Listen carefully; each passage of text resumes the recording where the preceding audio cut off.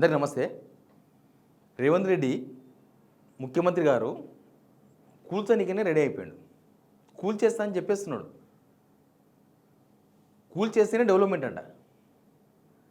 ఇప్పుడు ఆయన మార్పు అనే పేరుతో గవర్నమెంట్ వచ్చింది కదా, వచ్చిన తర్వాత తెలంగాణ ప్రజల జీవితాల్లో ఏ మార్పు వచ్చిందో తెలియదు, కానీ ఆయన ఇంకా మళ్ళీ గవర్నమెంట్ రాదని డిసైడ్ అయిపోయాడు. ఆయన ఉరుకులాట చూస్తుంటే కూలగొట్టడం మీద ఉన్న ఇంట్రెస్టు, జనాలను అందరినీ రోడ్డు మీద పడేసేంత ఉన్న ఇంట్రెస్టు. ఎందుకు ఇంట్రెస్ట్ అంటే మళ్ళీ గవర్నమెంట్ రాదు, ఏం చేసినా ఇప్పుడే చేసేయాలి. ఆల్రెడీ ఇలా గవర్నమెంట్ అయిపోయింది కదా, 26 మంత్సా, ఎక్కడ 26 మంత్స్, ఇది ఒక 4 నెలలు, 28 మంత్స్ అయిపోయింది. 28 మంత్స్. ఇంకా వీళ్ళ గవర్నమెంట్ ఏం పని చేసినా ఇంకొక సంవత్సరం అటు ఇటు కొంచెం, ఎందుకంటే తర్వాత మళ్ళీ ఎలక్షన్ మూడు అదంతా వేరే వచ్చేస్తుంది. ఇలా గవర్నమెంట్ ఇంకా కరెక్ట్గా పనిచేయాల్సిన సంవత్సరమే. కానీ ముందల పెట్టుకొని ముందల పడని పనులు, అంటే అది అవుతుందో తెలియదు, అయ్యేది తెలియదు, పోయేది తెలియదు, ఆ పనులు ముందల పెట్టుకొని అసలు పనులు గట్టెక్కిచ్చేసిండు, అసలు పనులు వదిలేసిండు.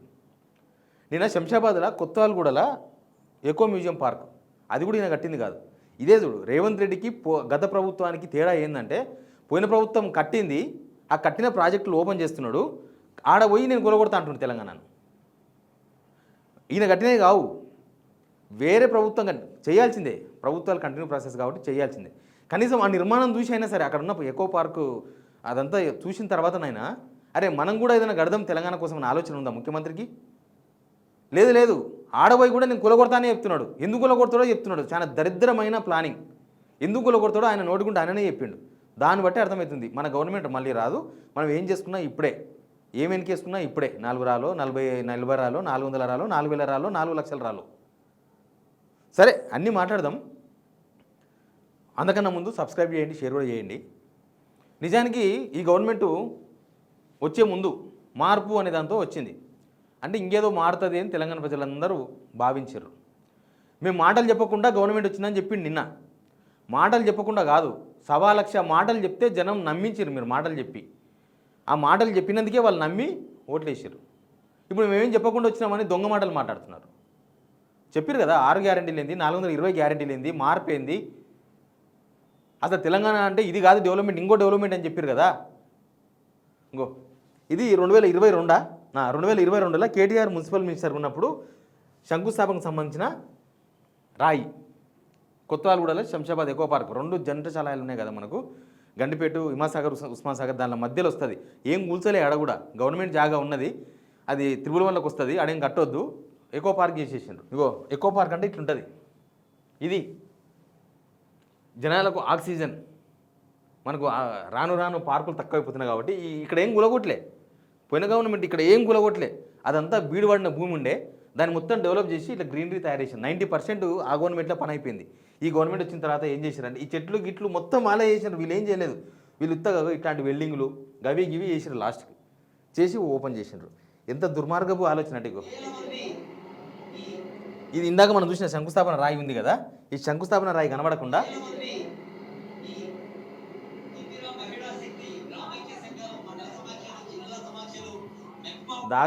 దాచేస్తే దాగునా, ఇంకో జనరేటర్ కూడా పెట్టుకున్నారు, ఎండాకాలం కరెంటు పోతుందని. ఈ పరిపాలనకు మార్కులు ఎవ్వడేయాలని అవసరం లేదు, రేవంత్ రెడ్డి వేసుకుంటాడు, ఆయన మార్కులు ఆయన్నే వేసుకుంటాడు. ఆడ ఏం మాట్లాడిండో ఒక్కొక్కటి వినిపిస్తుంది చూడండి. ఏం చేస్తాడంటే ముందు కులగొట్టేస్తాడంట, ఈ మూసీ నది పరివాహక ప్రాంతాలు మొత్తం కులగొట్టేస్తా. ఆడ ఒక నిర్మాణం దగ్గర పోయి ఆ నిర్మాణం చూసిన తర్వాత కూడా మనం కూడా ఇట్లాంటి జనాలకు కనిపించే డెవలప్ చేద్దాం అనేది ఏం లేదు. మన గవర్నమెంట్ వస్తుందా రాదో. మూసీ నది రివర్ ఫ్రంట్ మనం డెవలప్ చేసుకుంటున్నాం. దీని చుట్టూతో రాత్రిపూట మొత్తం వ్యాపారాలు ఓపెన్ చేస్తాం.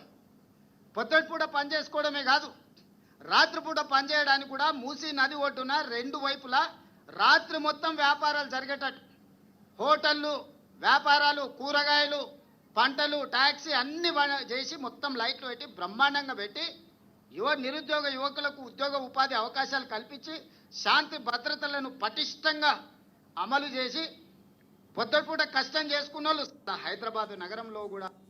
అర్థమైందా ఏం చేస్తాడో? కూలగొడతా అని చెప్తుండు. మొత్తం కూలగొట్టేసి ఆ మూసీ నది పరివాహక ప్రాంతాలు మొత్తం చిన్నోళ్ళు పెద్దోళ్ళు అందరూ కూలగొట్టేసి ఆడ ఏం పెడతారంట, రాత్రిపూట హోటళ్ళు పెడతారంట. తెలంగాణ హైదరాబాద్లో హోటల్సే లేవు. రేవంత్ రెడ్డి వచ్చి హోటల్స్ పెట్టాలి ఇప్పుడు. హైదరాబాద్లో హోటల్స్ ఉన్నాయా? ఈయన వచ్చి పెట్టిస్తాడు.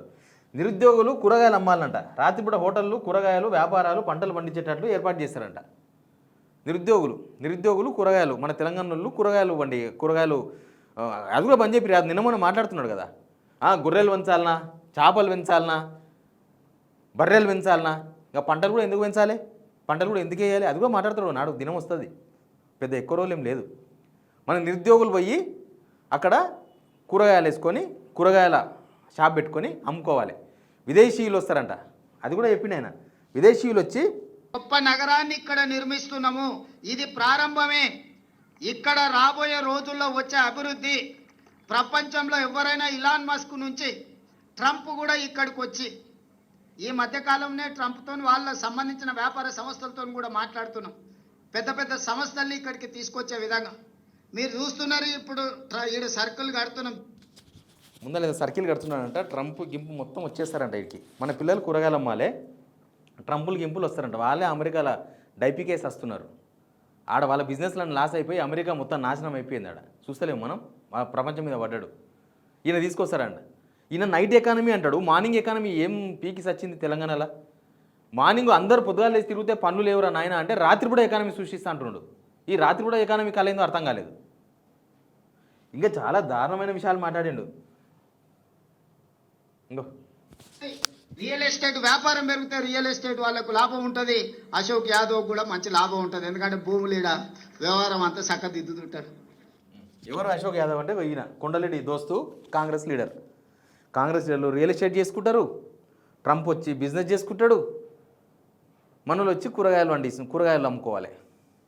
ఇంకా ఇట్లాంటి విచిత్రమైన ఆలోచనలు ఎక్కడి నుంచి వస్తావో తెలియదు. వీళ్ళకి తగ్గట్టు ఓ మనిషి జమ్మండి వీళ్ళకి. నమ్మకం ఉంది ఏంటంటే ఈ ప్రభుత్వం, ముఖ్యమంత్రి గారు వాళ్ళ బాధలు కూడా గుర్తుపెట్టుకుంటారు. మీ అపార్ట్మెంట్ పోదు బిడ్డ, నేను ఇంతకంటే మంచి అపార్ట్మెంట్ ఇస్తా, మీ భూమి పోదు బిడ్డ, అది చేస్తారని నాకు నమ్మకం ఉంది. అది ఈయనకు 1000 కోట్ల ఆస్తి ఉంది కొండా విశ్వేశ్వరరెడ్డికి. ఆ 1000 కోట్ల ఆస్తులకి వెళ్ళి ఇప్పించిననుకో రేవంత్ రెడ్డి, ఈ నెంబర్ వాడి ఈయనతో ఇప్పించిననుకో, అపోలో గులగొట్టేసి అపోలో ప్లేస్ ఇప్పిస్తే వాళ్ళు మంచిగా ఖాళీ చేస్తారు. అపార్ట్మెంట్లు ఖాళీ చేస్తారు, ఆ గేటెడ్ కమ్యూనిటీ వాళ్ళు ఖాళీ చేస్తారు, చాదర్గఢ్ కాడ పేదలు ఉన్నారు వాళ్ళందరూ ఖాళీ చేస్తారు. ఈయనదేం పోలే పర్సెంటేజ్ తప్ప కొండా విశ్వేశ్వరరెడ్డికి వేరే ఏం లేదు. ఈయన రేవంత్ రెడ్డిని తెలంగాణ ప్రజలు నమ్ముతలేరు, కొండా విశ్వేశ్వరరెడ్డి నమ్ముతున్నాడు. ఈ బీజేపీలకు ఉండాలి బుద్ధి. బీజేపీలో ఉన్న పోయేమో అట్టేట కూలుస్తారని మాట్లాడొచ్చిండు. ఈ ఎంపీ ఏమో కూలుస్తారు, మీకు వేరే అపార్ట్మెంట్ కట్టిస్తారని చెప్తున్నాడు. రేవంత్ రెడ్డి కట్టిస్తాడు అంటే ఎవడన్నా నమ్ముతున్నాడు తెలంగాణలో? కట్టిస్తాడు అనే పదం ఆయన డిక్షనరీలో ఉందా? రేవంత్ రెడ్డి డిక్షనరీలో ఉందా? ఎవడు చెప్పాలి? సరిగ్గా 5 ఏళ్ల శంషాబాదే పెద్ద జంక్షన్ అయి శంషాబాద్ నుంచి బెంగళూరుకు బుల్లెట్ ట్రైన్ వస్తుంది, శంషాబాద్ నుంచి పూనాకు బుల్లెట్ ట్రైన్. మనం బుల్లెట్ ట్రైన్ చూడాలంటే ఇది ఒక్కటి చాలు. రేవంత్ రెడ్డికి ఎంత అవగాహన ఉంది తెలంగాణ మీద, దేశం మీద. మొన్ననే సెంట్రల్ బడ్జెట్ పెట్టిన పార్లమెంట్లో. ఈయన చెప్పేది బుల్లెట్ ట్రైన్ అంటున్నాడు కదా, అది స్పీడ్ ట్రైన్ హబ్ చేస్తామని వాళ్ళు పార్లమెంట్లో ఆ బిల్లో పెట్టిండ్రు మొన్న బడ్జెట్లో. స్పీడ్ ట్రైన్కు బుల్లెట్ ట్రైన్కు తేడా తెలియదు, అంతా ఒకటే అనుకుంటున్నాడు. బుల్లెట్ ట్రైన్లు మన దేశంలో ఇంకా రాలే ఎక్కడ. ఒకటి అహ్మదాబాద్ నుంచి ముంబైకి పెట్టినరు. అది 1,00,000 కోట్లతో స్టార్ట్ అయిన ప్రాజెక్టు ఇప్పుడు 2 లక్షల కోట్లకు పోయింది. అది పట్ల ఎత్తట్లేదు, సెంట్రల్ కూడా బడ్జెట్ ఇల్లే. స్పీడ్ ట్రైన్ అంటే 100 నుంచి 150 కిలోమీటర్ల స్పీడ్తో నడుస్తుంది. బుల్లెట్ ట్రైన్ 300 నుంచి 350 కిలోమీటర్ పర్ అవర్ స్పీడ్తో పోతుంది. శంషాబాద్కి వచ్చేది స్పీడ్ ట్రైన్స్. ఎవరైనా చెప్పండి. పక్కన కొండా విశ్వేశ్వరరెడ్డి ఉన్నాడు, ఆయన కూడా పైసలు ఉన్నాయి కానీ వేరే లేదు, బుర్ర లేదు. స్పీడ్ ట్రైన్లు వేరు, బుల్లెట్ ట్రైన్ వేరు.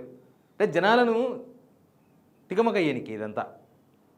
ఆయన ఇంకో మాట కూడా అన్నాడు, శంషాబాద్లో ఎయిర్పోర్ట్ కట్టినప్పుడు కూడా చాలా వ్యతిరేకత వచ్చింది ప్రభుత్వం మీద. అప్పుడు వ్యతిరేకించి చాలామంది. శంషాబాద్ ఎయిర్పోర్టు అక్కడున్న ఏ నిర్మాణాలు కూల్చి కట్టలే.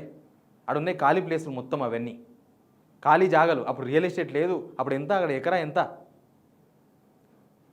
ఎంత ఉన్నది అప్పుడు శంషాబాద్ ఎయిర్పోర్ట్ రాకముందు అక్కడ. అప్పుడు గవర్నమెంట్ ఇచ్చే పైసలు ఎక్కువ కాబట్టి ఇచ్చేసిన రైతులే. కానీ మీరు ఓపెన్ ప్లేస్లో కాదు మీరు డెవలప్మెంట్ చేస్తున్నది. మేము జనాలను చంపి ఇండ్లు కూల్చి గుంజి పడేసి ఇంత ఉరుకులాడ ఎందుకు? మనం అన్నీ చూస్తూనే ఉన్నాం కదా, ఖమ్మంలో కూల్చిరు, ఎట్లా బయటికి గుంజి కూల్చారు. మీ రియల్ ఎస్టేట్ వ్యాపారాల కోసము, మీ సెటిల్మెంట్ల కోసము మీరు డబ్బులు పంచుకోనికే ఆ జనాలు ఎందుకు రోడ్ల మీద పడాలి? అసలు తెలంగాణలో మీరు ఏం చేద్దాం అనుకుంటారు? అసలు పైసలే లేవు కదా మీ దగ్గర. పైసలు లేవనగా మీరు ముచ్చట్లు చెప్పేది. నిన్న నిన్న పైసలు లేవని చెప్పిన ఒక 2-3 అవర్స్ తర్వాత ఈ మీటింగ్ జరిగింది. ఆయన నిన్న మాట్లాడు కదా, ఫ్యూచర్ అని భయమైంది ఆయన ఫ్యూచర్ అనగానే. ఎందుకంటే ఫ్యూచర్లో ఈయన ఫ్యూచర్ ఏందో మనకు తెలుసు కదా. ఫ్యూచర్లో మనకు భూములు లేవు పంచనీకే, పైసలు లేవని చెప్పిండు. కొన్ని గంటల్లోనే పోయి ఆడ నేను అది చేస్తా అని మాట్లాడిండు. ఎట్లా పాసిబుల్ అవుతుంది? ఓ పని చేయండి, నిజంగానే పైసలు లేవు అనేది మీ చాతకంతనం బయటపడుతుంది. మీరు ముఖ్యమంత్రి, ఎమ్మెల్యేలు, మినిస్టర్లు మీరందరూ ఒక సంవత్సరం శాలరీస్ బంద్ చేసుకోండి. శాలరీస్ తీసుకోకండి, జీతాలు తీసుకోకండి. మీకు ఏం తక్కువ జీతాలకు మీకు ఏం అవసరం ఉంది? ఒక్కొక్కడు 1000 కోట్ల రూపాయలు ట్యాక్సులు కడుతున్నారు కదా. మీరు ఎలక్షన్ అఫిడవిట్లో పెట్టినారు కదా. తెలంగాణ ప్రజలు కూడా డిమాండ్ చేయాలి. తెలంగాణ ప్రజలు డిమాండ్ చేయాలి. మీరందరూ సపోర్ట్ చేయాలి. దీన్ని ముందుకు తీసుకుపోదాం. వీళ్ళ జీతాలు, రాష్ట్ర ఆర్థిక పరిస్థితి బాగాలేనప్పుడు వీళ్ళ జీతాలు ఒక సంవత్సరం తీసుకోకపోతే వీళ్ళు ఏమన్నా సస్తారా? ఏం సావరు కదా. 1000 కోట్ల రూపాయలు తరతరాలు కూర్చొని తిన్నా సరిపోనంత, అంటే ఇంకా మిగులుతుంది, అయిపోదు. అంత ఆస్తులు ఈ 2 సంవత్సరాలు సంపాదించారు కదా మీరు. ఓ 2 సంవత్సరాలు తీసుకోకండి. ఎవరైనా పేద ఎమ్మెల్యేలు ఉంటే వాళ్ళకి మాత్రం ఇవ్వండి. పేద ఎమ్మెల్యేలు నిజంగా జీతం మీద ఆధారపడి బతికే ఎమ్మెల్యేలు ఉంటే వాళ్ళకి ఇవ్వండి జీతాలు. చాలామంది 50% అబో మీకు జీతాలు అవసరం. రేవంత్ రెడ్డి జీతం అవసరమా? నెలకు ఒక 6-7 లక్షలు వస్తుంది, మెయింటెనెన్స్ 10 లక్షలు అవుతుంది ఆయనకి. మినిస్టర్లకు ఒక్కొక్కరికి 6-7 లక్షల మెయింటెనెన్స్ అవసరమా? ఎమ్మెల్యేలకు 4 లక్షల జీతము మెయింటెనెన్స్ అవసరమా? కార్పొరేషన్ చైర్మన్స్ అంట, ఇంకా ఎవరెవరో రకరకాల పదవులకు జీతాలు ఇస్తారు కదా, వేలకు లక్షలు. అవన్నీ బంద్ చేయండి. ఒక సంవత్సరం జీతాలు, 2 సంవత్సరాలు జీతాలు తీసుకోకండి. తెలంగాణ బాగుపడే వరకు మీరే నాశనం చేసినారు, మీరే బాగుపరచాలి. అప్పటివరకు జీతాలు తీసుకోకండి. తెలంగాణ ప్రజలు దీన్ని సపోర్ట్ చేయాలి ఖచ్చితంగా. దీన్ని డిమాండ్ కూడా చేయాలి మనం. రాష్ట్ర ఆర్థిక పరిస్థితి బాగాలేనప్పుడు, జనాలకు స్కీములు ఇయనికి చేతగానప్పుడు, ఎండబెట్టినప్పుడు, పిల్లలకు స్కాలర్షిప్లు ఇయనికి చేతగానప్పుడు జీతాలు ఎందుకు తీసుకుంటారు? మీరు ఏం పని చేసిన జీతాలు తీసుకుంటున్నారు? నేను పోల్ కూడా పెడతా దీని మీద. పోల్లో కూడా చాలా యాక్టివ్గా పార్టిసిపేట్ చేయండి. వీళ్ళు జీతాలు తీసుకోవడం అవసరమా? ఇక మీరు ఈ వార్త మీద మీరు కామెంట్ బాక్స్లో కామెంట్ కూడా చెప్పండి. Please subscribe.